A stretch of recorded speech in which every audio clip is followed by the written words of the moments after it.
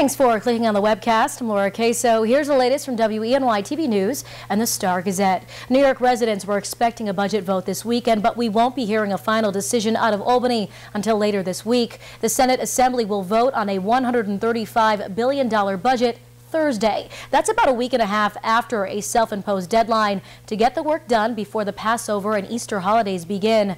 Legislatures need this week to pass the budget they negotiated with Governor Cuomo. Cuomo and the legislature predicted the budget would be final March 21st, but policy issues bogged down the talks.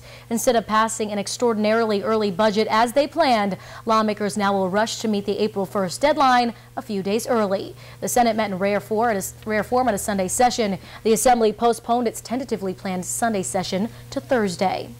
In other news, police in Broome County are investigating a double homicide this morning, and they're still looking for the suspect. He's 39-year-old Aaron Powell of Binghamton. His estranged wife, Christina Powell, was one of the victims. She was found dead inside their home at 4185 Lacey Lane in the town of Binghamton. Police say the couple were going through a divorce. They do have a child together. The second victim, 24-year-old Mario Mascarelli, was also found dead. Broome County Sheriff David Harder said the victims had been dead for 24 hours before they were found.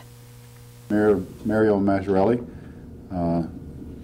suffered a head wound with a blunt instrument, and that Christina had been choked to death.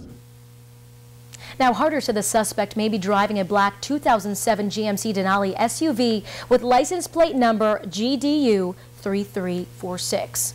And we have a travel advisory to tell you about this morning. Construction starts today on the Madison Ave Bridge in Elmira, and it will continue over the next month. Now, drivers should use alternate routes while workers fix the decaying bridge's bearings and complete stonework. The bridge is closed to all southbound traffic, but northbound traffic will be let through. Drivers wishing to go southbound will be directed to the Clemens Center Bridge, but are encouraged to use all city bridges. All right, now here's meteorologist John Hickey with your forecast. John. A little bit of sun over the weekend made a world of difference, making it feel pretty nice. Now, another winter storm, but we're just going to be seeing some fringe impacts from it as it passes mainly off towards our south. Northern tier, you're under the gun for about an inch of snow accumulation. You get north of that, though, once you get over the New York-Pennsylvania border, it's really just a coating and then just flakes north of that. We have more flurries and snow showers in your forecast, though, as the lake effect snow begins again. That gets the Finger Lakes back under the gun for that, with some minor snow accumulation. But after all this, finally a breakdown in this persistent weather pattern that's featured a lot of below normal temperatures. It's looking a lot warmer as we get in towards your Easter weekend. But here's your future track forecast for today. And of course, you can always follow along with the timestamp here. This is 8 o'clock in the morning. There's your storm mainly off towards the south, just fringing us, so to speak.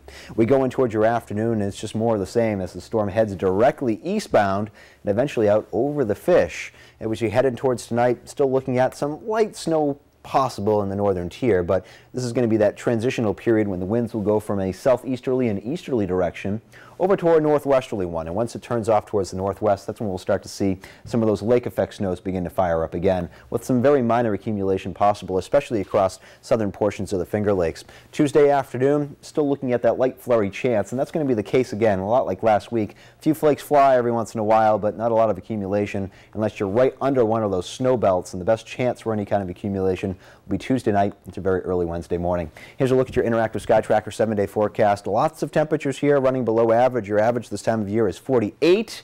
We'll be coming closer to that as we get to your Easter weekend. That's your forecast. Here's Laura. All right, not so bad. Thanks, John. For the latest news, weather, and sports, be sure to watch WENY-TV News at 5:30, 6, and 11. And don't forget to pick up a copy of today's Star-Gazette. I'm Laura Queso. Have a great day.